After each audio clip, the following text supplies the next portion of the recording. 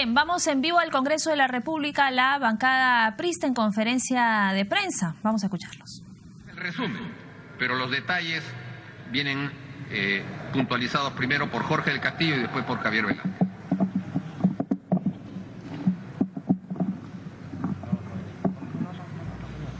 Bueno, creo que la situación del señor fiscal de la Nación, Pedro Echavarri, resulta insostenible. Y creo que él haría bien en dar un paso al costado, porque si no tendría que tratarse en el Congreso, en los términos que está planteado este proyecto de ley, que evidentemente tiene no solamente visos, sino tiene hechos concretos de inconstitucionalidad. O sea, por ley, como dice acá, no se le puede suspender funciones a un funcionario de orden constitucional. Ahí tenemos un problema, como ustedes comprenderán. Entonces, ¿para qué propiciar una confrontación? Aunque entiendo que la señora Fujimori ha dicho que está de acuerdo con el proyecto. Ha puesto un Twitter diciendo, estoy de acuerdo y le pido a mi bancada que apoye la ley de emergencia. Lo ha dicho, tengo acá el Twitter, evidentemente sin leer el proyecto. Entonces aquí lo que nosotros queremos es defender la constitucionalidad.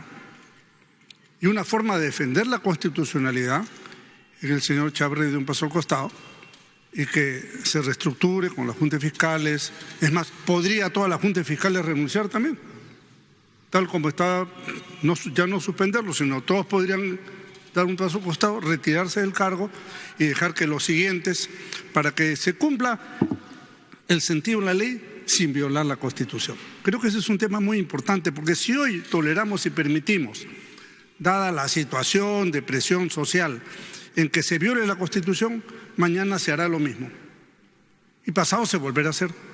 Entonces ya rompemos el Estado de Derecho. Ese es un punto central. Un segundo elemento que voy a desarrollar es el día 31 de diciembre, el presidente de la República dio unas declaraciones y dijo que no estaba de acuerdo con que Odebrecht siguiera contratando con el Perú. Y evidentemente no podemos más que estar de acuerdo con esa posición, porque resulta que la baja reparación civil que le han pactado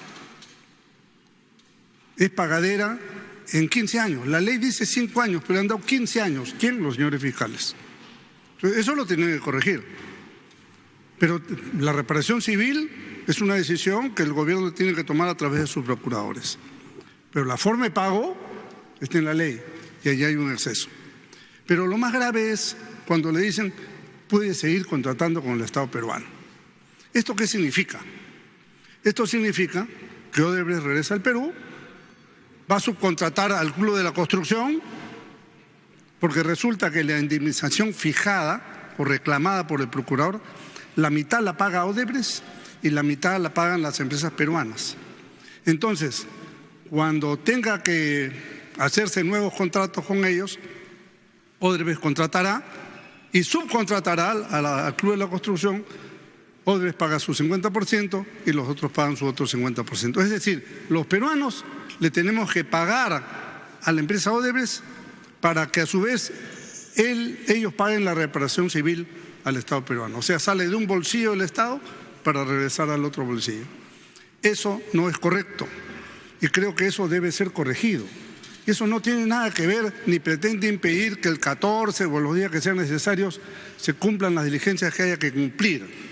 Ni esto tiene ninguna intención de parar absolutamente a nadie. La observación al tema de la contratación, de la nueva contratación, la hizo el presidente de la República. Entonces esperamos que honre su palabra. ¿Cómo la honra? La solución está en sus manos. Ese acuerdo lo firma también el Procurador de la República. Y el Procurador, que es un empleado del Ministerio de Justicia, a través del señor Ministro de Justicia, tiene que recibir y cumplir las instrucciones que el presidente de la República ha dado. No puede volver a contratar con el Perú una empresa que ha corrompido como ha corrompido. Mire el escándalo nacional que se ha generado y nosotros vamos a entregarle más contratos. Cuando un funcionario, nosotros, etcétera, cualquiera, comete una infracción, nos pueden inhabilitar según la Constitución 10 años.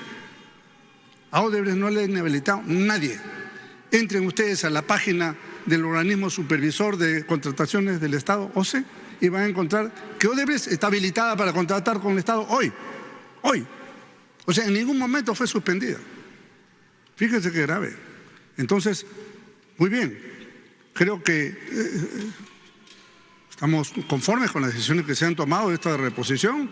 Creo que el fiscal de la Nación debe resolver su situación ya, inmediatamente, pero observamos este tema de la ley, que tiene aspectos abiertamente inconstitucionales del proyecto de ley, y de una situación en la que nosotros no podemos aceptarlo tampoco, creo que todos los peruanos, que Odebrecht siga contratando como si no hubiera pasado nada. O sea, no pasó nada, impunidad para los ejecutivos, baja reparación civil y encima te doy chamba, te doy contratos millonarios para que sigas ganando y de ahí me pagues una parte a mí. Eso me parece que no está bien y eso nosotros lo recusamos y lo decimos con claridad. Aquí no hay un problema de que digo una cosa para salvarme yo. No. Creo que con mucha claridad estamos hablando la posición del Partido Aprista Peruano. Gracias.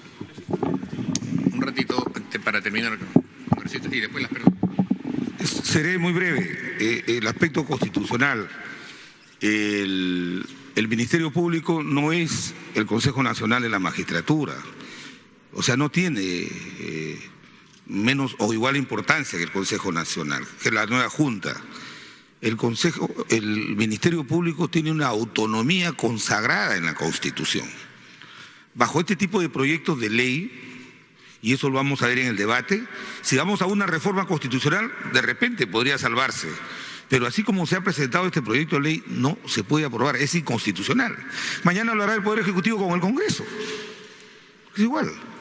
Entonces, nosotros queremos advertir, saludamos esta rectificación que se ha hecho respondiendo a los fiscales.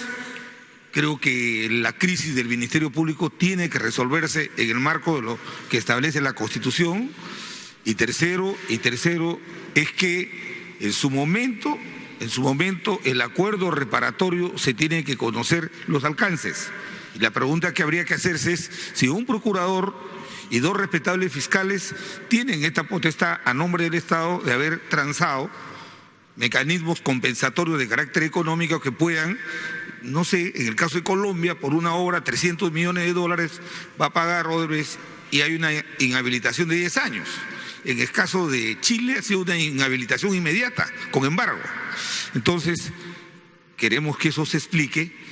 Y queremos también discutir la famosa reserva que tiene una investigación de esta naturaleza que compromete evidentemente el patrimonio de todos los peruanos. Bien, ¿alguna pregunta?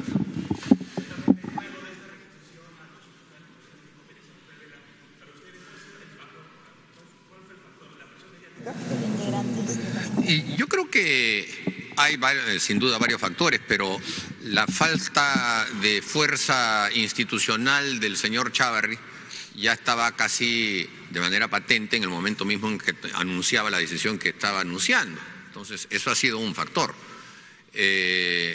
Y sin duda también hay factores que tienen que ver con la fuerza mediática.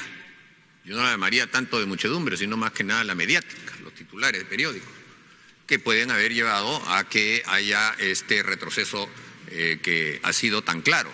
Pero es evidente que su liderazgo, y se necesita que las instituciones tengan en la cabeza personas que las representen y que además todas las personas que las integren se sientan identificados, ese no existe más, no existe. Si existió, también es una duda, pero no existe y por lo tanto su renuncia, y como dice Jorge, hasta lo de los fiscales supremos, aliviaría la necesidad de una discusión sobre la constitucionalidad de este proyecto que simplemente lo cesa. Y evidentemente el artículo 158 de la Constitución habla de una autonomía, y cuando hay autonomía quiere decir que las instituciones se reforman a sí mismas, se mejoran a sí mismas, se fiscalizan a sí mismas. Entonces va a haber una discusión, y ya hemos escuchado a algunos constitucionalistas en medios decirlo. Entonces la renuncia es la mejor solución para este tema, porque eso facilitaría que haya un recambio dentro de lo que corresponde a su propia ley orgánica. El proyecto de ley presentado por el Ejecutivo hace unos minutos viola la Constitución. ¿Qué puntos exactamente están apuntando a su criterio con Mira, a ver. la política. Miren lo que dice el artículo 1 del proyecto. La presente ley tiene por objeto declarar en emergencia al Ministerio Público, suspender el ejercicio de las funciones del fiscal de la Nación, de los fiscales supremos titulares actuales y conformar una junta transitoria de fiscales supremos a fin de garantizar la autonomía del referido organismo. Esto choca con el artículo 158 de la Constitución. El Ministerio Público es autónomo. El fiscal de la Nación lo preside, es elegido por una junta de fiscales supremos, el cargo de fiscal dura 3 años, etcétera. Pues evidentemente es inconstitucional. ¿Para qué vamos a ir a un choque de constitucionalidad en el Congreso si la solución está en manos de aquellos que han errado, que no tienen liderazgo, que no han tenido la capacidad de conducir este tema? En caso no se revierta la decisión de que Odebrecht pueda seguir contratando con el Estado, ¿ustedes están dispuestos a presentar un proyecto de ley para impedir que empresas vinculadas a sociedades por corrupción puedan contratar con el Estado? Bueno, en realidad ya está en la ley. Ya está en la ley que aquellas empresas que son inhabilitadas, están en procesos, etcétera, no pueden contratar con el Estado. El solo tener juicios con el Estado ya se lo impide. No olvide usted el famoso caso de la carretera interoceánica. Odebrecht tenía juicios con el Estado peruano y el señor Olivera y el señor Toledo recibieron un documento de la Contraloría que les decía, cuidado, no pueden firmar con Odebrecht porque tiene juicio con el Estado, y igual firmaron. Y por eso tienen proceso. Entonces ahora la pregunta es, cuando Odebrecht se presente a un concurso, ¿se lo van a designar a dedo? O sea, ¿va a concursar en igualdad de condiciones que cualquier otro?